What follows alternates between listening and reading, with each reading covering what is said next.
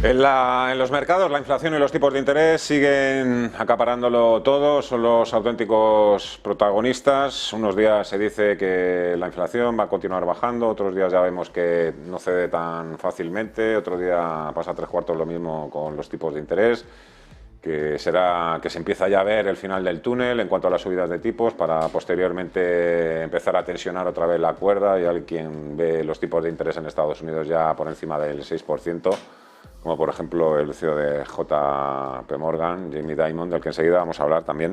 Antes voy a saludar a mis dos invitados, a Guillermo Santos de iCapital. Hola Guillermo, ¿qué tal? ¿Cómo estás? Muy buenas tardes. Hola Fernando, ¿qué tal? Que me imagino que escuchando atentamente también todo lo que nos estaba contando el cónsul honorario de la Federación Rusa, Pedro Muriño. Sí, Has tenido ocasión, ¿no?, de escucharlo. Bueno, si queréis hacer algún comentario también, por supuesto, adelante. No os paséis tampoco mucho, que tampoco él también necesita defenderse, ¿o no? Y Antonio Castelo, de iBroker. Hola Antonio, ¿qué tal? ¿Cómo estás? Muy buenas tardes. Hola, ¿qué tal, Fernando? ¿Qué Sí, tal? lo hemos estado escuchando y comentábamos con Guillermo antes de entrar que, bueno, ha hecho algunas cosas realmente interesantes. Obviamente, como tú dices, se tiene que defender, es lógico, lo entendemos, pero también Pero ha como dicho vosotros algunas sois personas bien educadas, habéis ido a buenos colegios, estoy seguro que vais a ser capaces de hacer algún comentario, alguna reflexión sin hurgar demasiado en la herida. Yo te lo digo rápidamente, Fernando. Hace un año, cuando empezó la guerra, que yo creo que a todos los que nos dedicamos a esto nos preguntaban ¿qué dependencia tiene España? Y decíamos, bueno, pues con el gas muy poquita, prácticamente ninguna. Pues estamos en el 25% de importaciones de gas ruso, ¿no? Entonces, bueno, pues algo de razón me parece que el señor Mourinho tiene, ¿no? O sea que, tristemente, pero la tiene. Eso es verdad, es como puños, no sé yo, por supuesto. Otras cuestiones a lo mejor es más la terminología, ¿no?, que seguimos usando aquí y allí, pero bueno, yo creo que Bueno, pues esa es una cuestión secundaria desde mi punto de vista. Él hace su trabajo, Fernando, hay que entenderlo, es consultor Venga, vamos a hablar de presidente. mercados, vamos a hablar de Jamie Dimon, porque ayer no sé si ha empezado ya una cruzada para mover la silla del presidente de la Reserva Federal, pero ayer el capo de JP Morgan dijo que él dijo está perdiendo un poquito la batalla contra la inflación, que es como decir que la ha perdido definitivamente. Dijo que respetaba mucho a Powell, pero y hubo muchos peros en esa entrevista en la CNBC. Guillermo. bueno, llevamos Podríamos pues pensar lo varios mismo meses de de... Christine Lagarde, si el Banco Central Europeo también ha perdido ya la batalla contra la inflación, o está No, perdiendo. yo es que creo que ninguno de los dos la ha perdido, pero ya digo, llevamos varios meses del americano Diamond, pues un poco, igual están cortos de algún tipo de activo y le vendría bien ciertas caídas en ellos, en él, ¿no? En ese tipo de activo. Por eso yo no lo entiendo. De hecho, anunciar cosas como las que comentas es bastante contradictorio con los datos y los hechos. Al final, los analistas lo que tenemos que hacer es juzgar en función de lo que se conoce e intentar lo mínimo posible juzgar o hacer previsiones en función de datos que están por venir. Ya veremos qué pasa al mediodía con el dato de inflación ligada a consumo en Estados Unidos, pero lo que está claro es que en Estados Unidos llevan pues desde más o menos mitad del año, última parte del año 22, la inflación ya está cayendo, está reduciéndose, con lo que algo ha tenido que ver la Fed, por supuestísimo, ¿no? Y esa tendencia de caída probablemente se vaya a mantener. Entonces, no sé, yo en lo que respecta a la inflación, porque no olvidemos que la inflación, ahora que por supuesto la guerra de Ucrania, al cumplirse el primer aniversario, pues se pone muy sobre la mesa y los efectos económicos, tal. Efectos económicos, a mi juicio, de la guerra de Ucrania, quitando por supuesto el drama humano, que es tremendo y parece que va más incluso, pero efectos económicos aparentemente no han sido muy graves. Porque la inflación ya venía del 21, ¿eh? La inflación estaba subiendo en 2021 y lo que hace en 2022 es intensificarse, especialmente en algunos países europeos como Alemania, donde además la dependencia del gas ruso es muy notable, ¿no? Pero más o menos nos vamos recuperando más lentamente en Europa que en Estados Unidos y fijaos que ese hecho es indubitado porque el Banco Central empezó más tarde las subidas de tipos, más tarde que la Fed, con lo que vamos más despacio en la reducción del IPC en Europa que en Estados Unidos, con lo que yo creo que la Fed está haciendo su trabajo, tiene mucho miedo a pasarse, en vísperas además de un año electoral y meter a la economía en recesión, y bueno, lo normal es que haya estos tiros y afloja entre incluso los miembros de la Fed, pero creo que está haciendo su trabajo de manera correcta y así lo están interpretando, yo creo, la mayoría de los mercados, tanto de acciones como de bonos. Antonio. Bueno, pues un poco en parte de acuerdo con Guillermo, en el sentido de que bueno, estos grandes bancos de inversión pues siempre necesitan agitar un poquito el árbol, ¿no?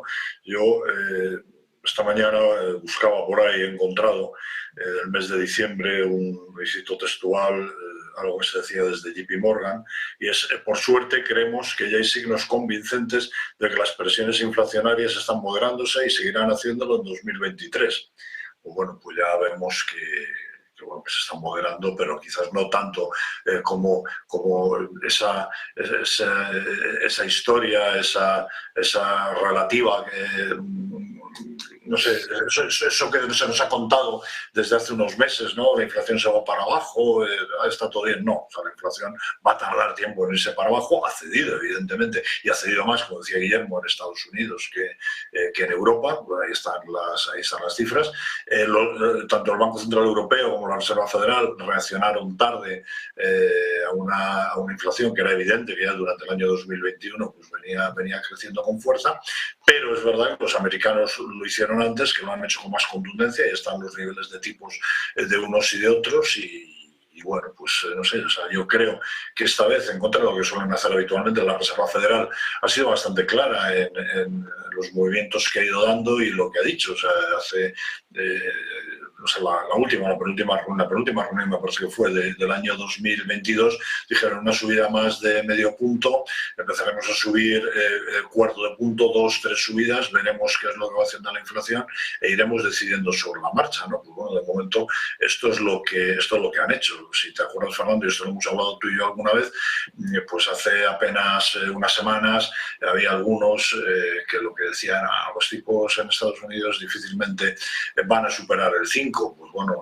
yo decía, bueno, pues yo creo que sí, que los vamos a ver superando el 5.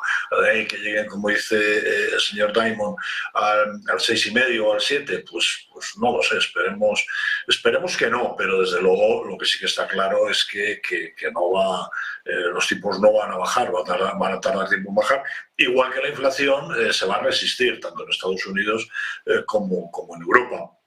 Y ese objetivo del 2%, que bueno, pues que nos parece muy bien, pues probablemente nos vamos a tener que conformar con tenerlo a niveles del 4. Así que si fuera así, por ejemplo, en Estados Unidos probablemente terminaríamos el año 2023 por primera vez en tiempo con tipos reales positivos, ¿no? O sea que bueno, no está nada mal. Aquí en Europa vamos más retrasados y además tenemos un problema importante. El Banco Central Europeo tiene un problema importante porque si aprieta mucho más el acelerador, que probablemente desde algún punto de vista sería necesario, pueden montar un lío importante en parte de la eurozona, especialmente en Europa periférica, Italia, España, con unos déficits absolutamente salvajes, ¿no? Yo tengo la sensación de que hay un exceso de anticipación. Una semana se habla de aterrizaje duro, la siguiente semana se habla de aterrizaje suave, la posterior de no aterrizaje y a la siguiente otra vez volvemos a hablar de aterrizaje suave, ¿no? Entiendo también entiendo que haya también esa confusión también dentro de los propios bancos centrales, también como apuntaba Guillermo, ¿no? Que hay perros y gatos. El otro día un analista comparó las actas de la Reserva Federal con cualquier junta de vecinos, ¿no? Cualquiera que haya asistido a una junta de vecinos pues se dará cuenta que lo que dice el del cuarto no tiene nada que ver con lo que prefiere el del bajo, y ya no te digo el que vive en el ático, ¿no? En fin, antes te he oído, Gabriel, has dicho, buen año para los bonos y las acciones. Esa es la novedad. ¿Incluyes también a las acciones? Guillermo, ¿has oído? Sí, sí, sí, no, es que lo he oído bien. Pero tenía la duda por el nombre que habías dicho. Mira, este año, como esta mañana, a primera hora, escuchaba a un analista por el tema del dato de inflación del mediodía en Estados Unidos, que es bastante relevante. Es bastante relevante en el corto plazo, pero sí, es bastante relevante porque puede confirmar esta tendencia que estamos hablando, muy lenta pero bajista de la inflación. Bien, pues esta analista me comentaba, oye, si es que al final vamos conduciendo vamos a decir, con niebla, por la geopolítica, las dudas que hay, la política monetaria pues permanentemente al albur de los datos que van saliendo, el data dependent que siempre la Fed recuerda, también Lagarde en Europa, pero realmente estamos ante un escenario macro y de resultados para el periodo 23 a 25 que es mejor de lo que parece. Los resultados que se han ido publicando conforme hemos visto ya prácticamente todo el S&P y en Europa, pues buena parte o casi todo, correspondientes al cierre del 22, pues en balance no han sido buenos, pero tampoco han sido desastrosos. El año 23, como sabemos, pues como mínimo ha empezado los mercados demasiado bien, sin duda, pero es que la economía aguanta mejor de lo esperado, ¿no? El riesgo de recesión se aleja, momentáneamente al menos, los precios de la energía a la baja, las tasas de paro en mínimos históricos. Bueno, pues juntas todo y dices, ¿y por qué van a ir mal las cosas? Tanto en el mercado de bonos, donde los fallidos, las tasas de impago, de default, siguen en mínimos a niveles muy bajos y no creo que suban mucho, ni siquiera, por supuesto, en el high yield, en el alto rendimiento. Pero los mercados también de acciones pues, pueden ir mejorando, especialmente en algunos sectores o algunos tipos de activo o subtipos de activo que lo han hecho especialmente mal, ¿no? Como por ejemplo la tecnología. Hay algunos analistas que están ya recomendando con bastante ímpetu la inversión en tecnológicas. Entonces, no es nuestro caso ni Capital, por supuesto el mío. Pero bueno, vamos a decir que los barrios en el mundo tecnológico son numerosos, entonces se puede hacer alguna selección. Pero en general y en resumen, ahora mismo salirte corriendo de la renta variable, que era lo que más apetecía en algunas partes de 2022, no es ni mucho menos una buena opción. El sobreponderar renta variable quizá tampoco sea lo mejor. Mantenerse y esperar y ver, pues creo que es lo correcto y vamos a llevarnos seguramente sorpresas positivas, no solo en el sector financiero, que ya llevamos unas cuantas por la subida de tipos, sino también en otros cuantos sectores, porque el inmobiliario quizá en algunos países no caiga como se prevé, pese a la subida de tipos, y especialmente con la influencia del crecimiento chino, hay sectores, el más obvio es el turismo y ocio, que lo van a hacer cada vez mejor. Entonces, vamos a ver, el tema de China es muy difícil de cuantificar, sus efectos favorables en la economía europea y americana, pero en definitiva en el comercio mundial, que no olvidemos nunca, el comercio global es el que mueve de verdad las economías. Pues la salida de China sin duda es favorable y lo va a ser cada vez más, con lo que, ¿por qué no?, los mercados de acciones pueden, no tan bien como este comienzo de año, pero pueden mantenerse con comportamiento favorable. Un gran error subestimar la fortaleza del mercado y esta gran capacidad que tiene también para sobreponerse siempre a todos los problemas. Guillermo Santos, que antes te cambia el nombre, perdona, Guillermo. Y Capital, como siempre, ya lo sabes. Un fuerte abrazo a Antonio Castelo. Creo que a ti no te lo he cambiado, pero bueno, eso ha sido, pues bueno, mucha suerte, porque soy un auténtico especialista en hacerlo. Antonio Castelo, broker, Guillermo Santos y Capital, un placer. Muchas gracias. Buen fin de semana. Disfrutar del viernes. Hasta la próxima. Adiós.